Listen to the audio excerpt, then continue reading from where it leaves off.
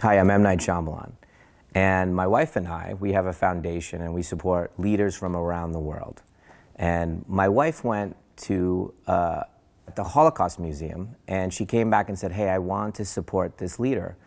His name is Muaz Mustafa, and he runs an organization called the Syrian Emergency Task Force, and they do work in Syria. And she started to tell me what they do, and I said, wait, I'm hesitant about Syria. I don't know if our foundation should get involved in it. That seems like a really messy thing. And I was reacting to something. I was reacting to a narrative that had been told to me over and over again, and I didn't realize it. It was a narrative that there was a civil war going on in Syria that was so messy and so violent and so entrenched, there was no way that you could get involved in that area. But I just realized that I was being told a story by somebody. Who was that somebody? Now here's the thing, I make movies, and we try very hard to pull the storyline out that is the most connected to the audience, the thing that will make you come to the movie theaters. That's the story we try to pull out and tell you and say, hey, this is the movie, this is the story, and then you feel connected to that story and then you come to the movie. Well, in this case, the person telling the story wants just the opposite. They don't want you to come. They don't want you to get involved. So the person telling me the story of Syria is telling me a story so that I have that reaction, so that I don't want to get involved. And the person telling the story is Assad, and he's telling me the story of this violent, messy civil war that I should stay away from. But really, after learning what's actually happening in Syria, I realized there's an actual amazing story underneath it all that I'm very, very connected to. And this is the story I want to talk to you about.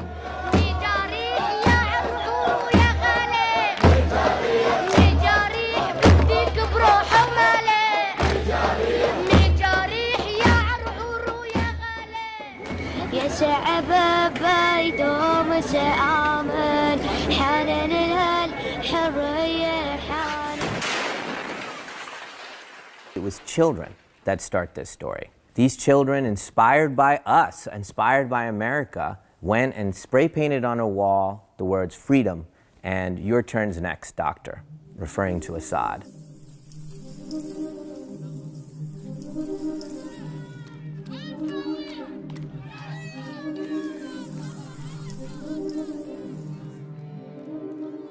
They were arrested. These children were tortured. And more protests rose, and more children protested. The country as a whole started to rise up. You had one city, then another, and they faced the military with flowers, and it was peaceful protests for as long as they could go.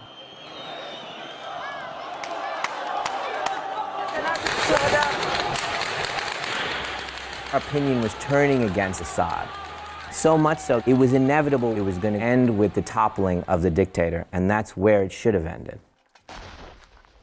Assad started telling his story to avoid the narrative of a group of families and children fighting for freedom to not get to us, to not get to the world. He immediately painted them as Muslim radicals and began the story of the civil war in Syria, because eventually he would have been toppled.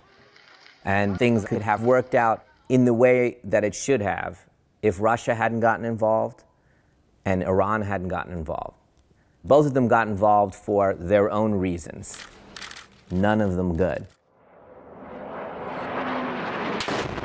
Then ISIS sees a vacuum in all of this mess and decides to come into Syria, and Assad loves this.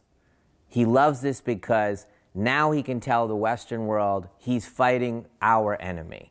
And that creates even more confusion in the mix. And so this story of this messy civil war is now entrenched, and the world steps away. Atrocities are happening on a scale we can't imagine, and people are getting slaughtered.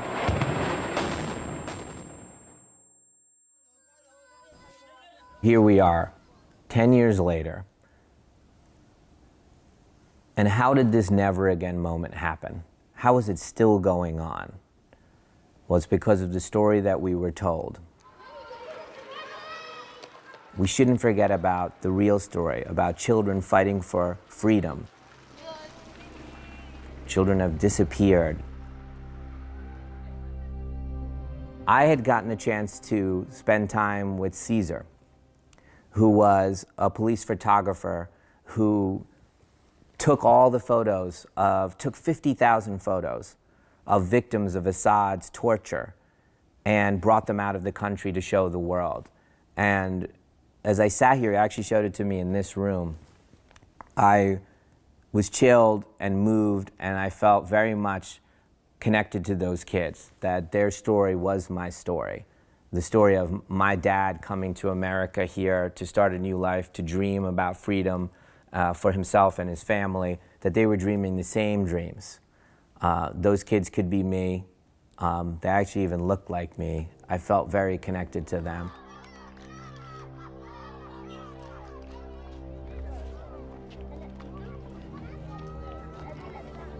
I live in Philadelphia, the home of the Liberty Bell and the Declaration of Independence, those symbols of American democracy. And I see in the Syrian people, even after 10 years of atrocities, I see in them that spirit, that wish for democracy that defines America. I see them as an extension of our story, and our story and their story are interlaced. People fighting for freedom and democracy. And children started it. We inspired those children. And those children should inspire us right back. That's not a complicated story to hold on to. Children fighting for freedom.